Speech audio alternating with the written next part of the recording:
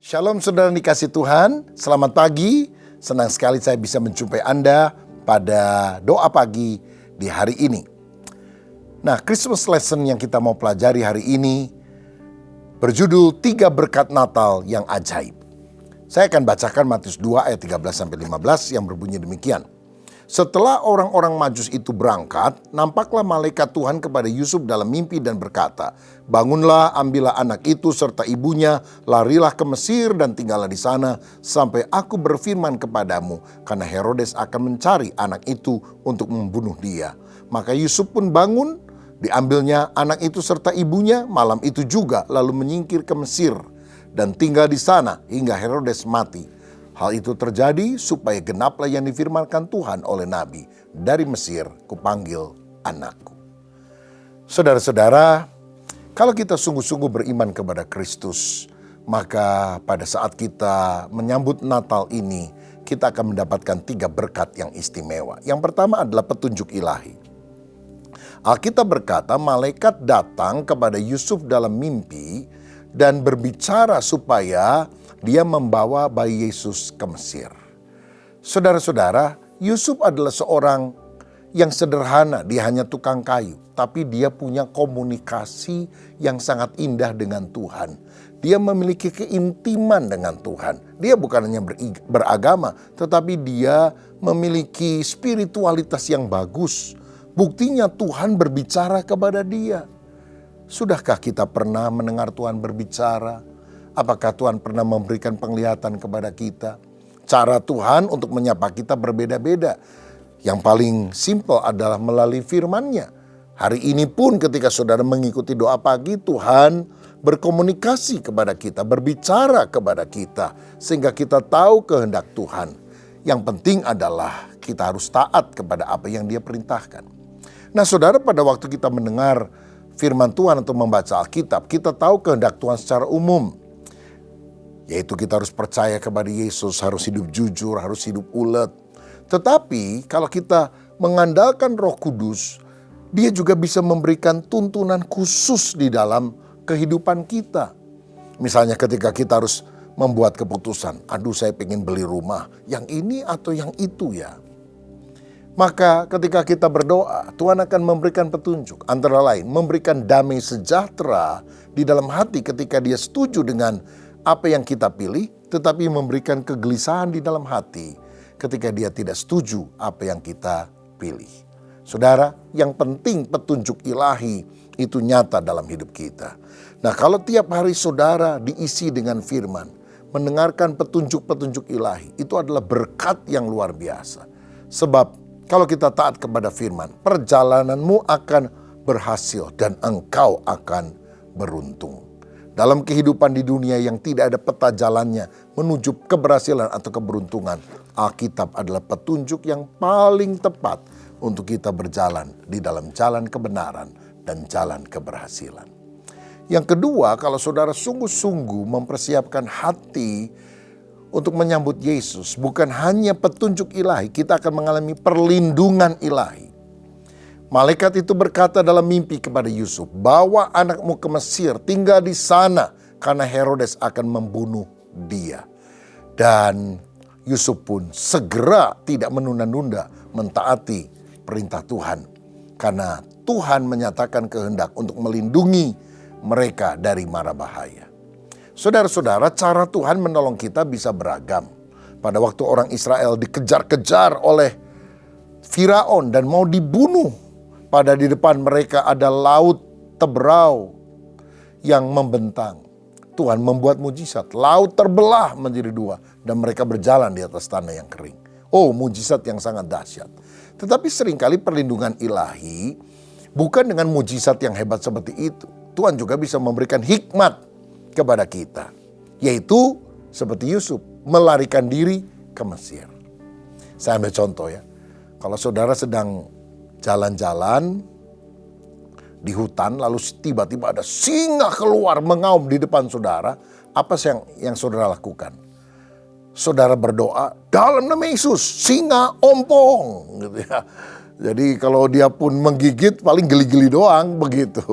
Ataukah Saudara sambil berdoa, sambil lari. Dalam nama Yesus, Tuhan lindungi saya, tapi kabur. Kan Tuhan juga bisa melindungi kita melalui hikmat yang Dia berikan kepada kita. Ini ada cerita, ada daerah yang mengalami kebanjiran tinggi sekali sampai rumah terendam, saudara. Orang-orang kalau nggak ditolong, waduh bisa mati ini, tenggelam. Lalu ada seorang Kristen nih, dia doa, Tuhan tolong saya. Setelah dia doa, ada perahu karet datang. Dia bilang, ayo Pak cepat naik. Dia bilang, enggak, harus Tuhan yang tolong saya. Berapa waktu kemudian ada sekoci datang. Ayo Pak cepat, kalau enggak kamu akan mati tenggelam. Enggak, Tuhan yang saya tunggu untuk datang. Yang terakhir helikopter datang, saudara. Lemparkan tali ke bawah, ayo tangkap talinya. Kalau enggak kamu terendam, kamu mati. Dia bilang enggak, nanti Tuhan yang tolong saya. Dan karena 3 kesempatan emas ini dilewatkan, akhirnya mati tenggelam, saudara-saudara. Jadi menurut ceritanya, dia datang kepada Tuhan dan dia tanya, Tuhan, aku kan sudah doa minta ditolong dari banjir, kok Tuhan tidak datang-datang sampai aku sekarang mati menghadap Tuhan. Lalu Tuhan bilang, 3 kali aku kirim utusan kepadamu, kamu tolak. Loh siapa? Itu yang bawa perahu karet, itu yang bawa skoci, itu yang naik helikopter. Itu kan utusanku untuk menolong kamu. Lah kamunya gak punya hikmat, maunya aku sendiri yang datang menolong kamu. Saudara-saudara, ini tentu cerita. Tetapi ada perlindungan ilahi yang Tuhan mau berikan kepada kita ketika kita menggunakan akal budi kita. Dulu banyak orang mati, misalnya pada waktu wabah pes dan sebagainya. Bisa ratusan ribu, jutaan orang mati karena penyakit yang belum ada obatnya. Tapi kini dengan hikmat manusia yang sumbernya berasal dari Tuhan, orang bisa menciptakan obat, vaksin, sehingga jumlah orang yang meninggal lebih sedikit. Bukankah ini juga merupakan perlindungan ilahi yang kita harus hargai? Makanya apapun petunjuk Tuhan, kita taat. Dan akhirnya Yusuf membawa Yesus sampai Herodes mati. Tinggal di Mesir mungkin kira-kira 3,5 tahun sampai hari ini. Kalau kita pergi ke Mesir, kita bisa pergi ke tempat di mana diyakini Yesus pernah tinggal di sana pada waktu kecil bersama dengan Yusuf dan Maria. Dan ketika dia kembali, genaplah firman yang berkata, dari Mesir kupanggil anakku. Jadi ada petunjuk ilahi, yang kedua ada perlindungan ilahi, dan melalui pesan Natal dan Christmas lesson, pelajaran dari Natal ini, kita juga melihat kalau kita sungguh percaya kepada Yesus, ada penyediaan ilahi. Pergilah ke Mesir dan tinggallah di sana. Saudara, Mesir itu kan luar negeri. Lah gimana tukang kayu sederhana bisa ke luar negeri? Duitnya dari mana? Apalagi bukan sehari 2 hari. Ini bisa lama tinggal di Mesir. Tuhan telah menyediakan sebelumnya. Yaitu apa? Melalui persembahan orang Majusi itu, emas, kemenyan, dan mur. Mereka memperoleh harta untuk bisa mencukupi diri untuk pindah ke Mesir. Saya percaya kalau kita sungguh mengandalkan Tuhan, ada penyediaan ilahi yang luar biasa. Saya teringat saudara, gereja kita di Tasikmalaya tahun 1996, 1 hari setelah Natal, tanggal 26 Desember, itu dibakar oleh massa dalam kerusuhan yang melanda kota. Ya, gereja-gereja dibakar, sekolah dan sebagainya. Nah anehnya, kira-kira 2 minggu sebelumnya ada orang dari Jakarta kirim pemadam kebakaran yang gede-gede itu loh saudara.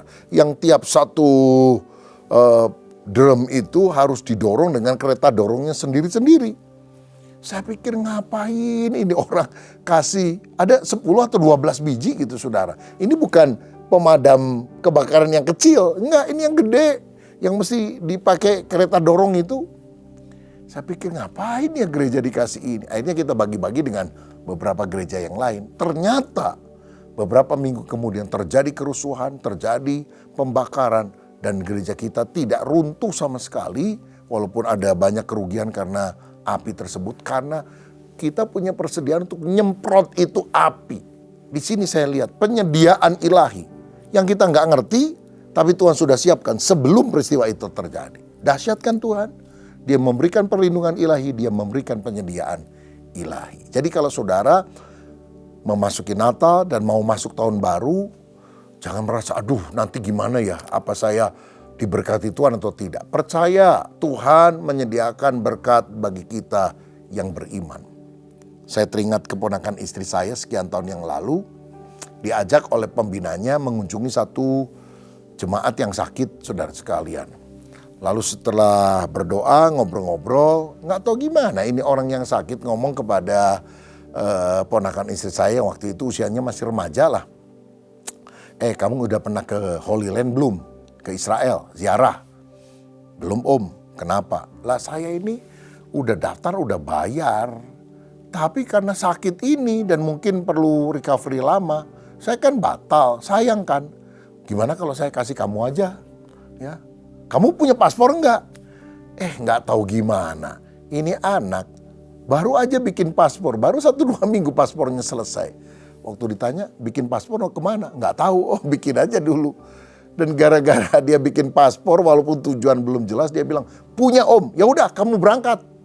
Saudara-saudara, jadi akhirnya dia berangkat. Herannya nih ya, dia kan cuma diajak sama kakak pembinanya. Kok bukan kakak pembinanya yang ditawarin, malah ini anak buahnya. Itulah berkat Tuhan. Berkat itu gak pernah salah. Setiap orang punya berkatnya masing-masing. Karena itu sungguh-sungguh beriman kepada Tuhan. Di dalam Dia ada petunjuk ilahi. Di dalam Dia ada perlindungan ilahi. Di dalam Dia ada penyediaan ilahi. Siapa di antara kita yang hari ini juga mau menerima 3 mujizat besar pada waktu Natal? Petunjuk ilahi, perlindungan ilahi, penyediaan ilahi. Taruh tanganmu di dada.